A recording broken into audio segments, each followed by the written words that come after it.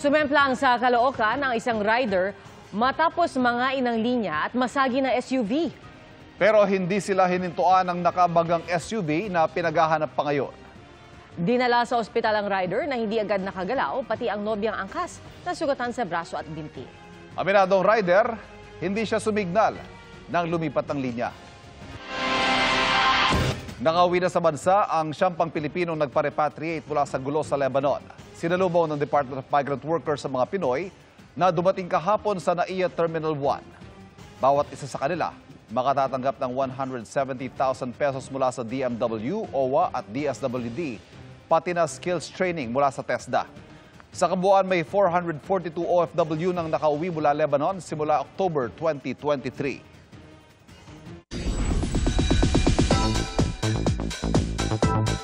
Mabilis na chikahan tayo para updated sa showbiz happenings. Puring-puri si Kapuso Primetime Queen Marian Rivera ng fellow Kapuso artists at mga nanood sa premiere night ng kanyang hit 2024 Cinemalaya film na Balota. Marami ang napadeserve sa Best Actress Winnie Marian dahil sa kanyang pagganap bilang si Teacher Emmy. Thankful at overwhelmed si Marian sa kanilang support. Head-turner din ang cast member ng movie na si Sasa Girl dahil sa kanyang aliw money-inspired couture. Bilang bahagi ng 50th anniversary ng Metro Manila Film Festival, nagdaos ng 2-day caravan na Bagong Pilipinas Serbisyo Fair, paglinang sa industriya ng paglikha. Inilalapit sa mga alagad ng sining at media ang mga serbisyo at programa ng gobyerno. Katuwang ng MMFF ang ilang grupo sa movie industry. Muling itinaas ng Pinoy athletes ang watawat ng Pilipinas sa 2024 Asian Kickboxing Championship sa Phnom Penh, Cambodia. Meron na po tayong gintong medalya mula kay 2024 Paris Olympian Hergy Bacquiadan para sa 70 kilograms K1 female category. Double gold naman si Jovan Medallo para sa musical forms with weapon at open hand male categories. At isang bronze sa creative form with weapon. Wagi rin ng 3 bronze si Jana Lavador habang tigi-isang bronze medal sa kanilang kategorya nina Renz Daquel, Lance Aaron Villamer at Daryl Chulipas.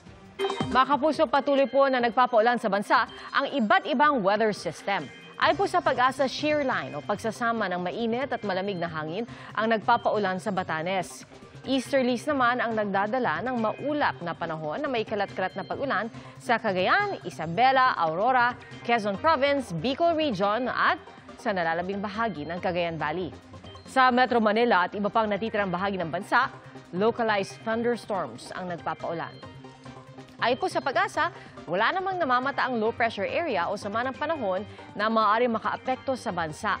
Gayman, halos buong Luzon ang posibleng ulanin bukas, lalo na po sa hapon, batay sa datos ng Metro Weather. At bandang tanghali, magsisimulang ulanin ang buong Metro Manila. Halos buong Visayas at Mindanao naman ang posibleng ulanin mula tanghali hanggang gabi. Posible po ang heavy to intense rains sa ilang bahagi ng bansa, kaya mag-ingat po sa banta ng pagbaha at pagguho ng lupa.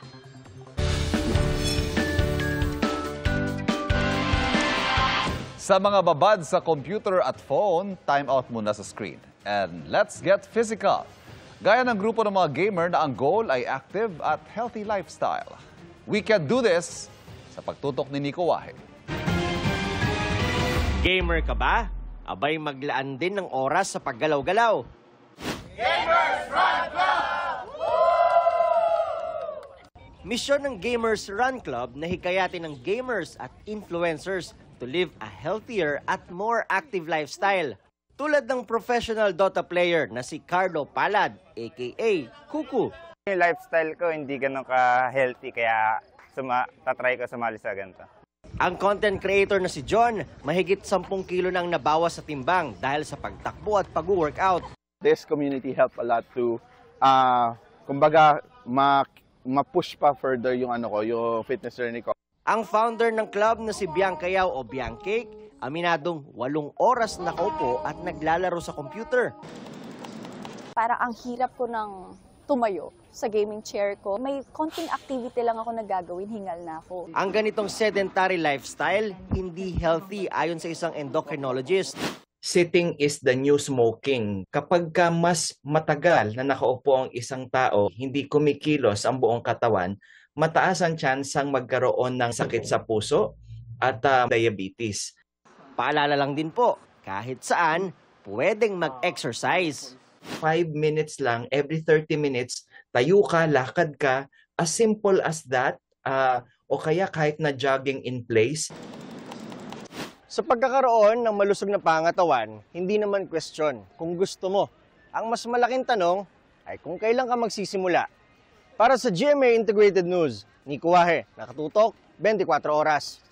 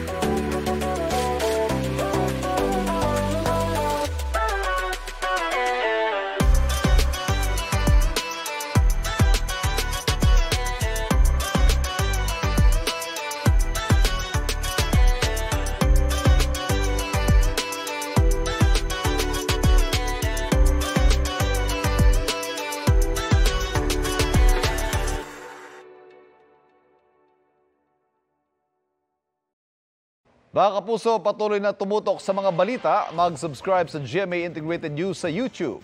Sa mga kapuso abroad, samahan nyo kami sa GMA Pinoy TV at www.gmanews.tv.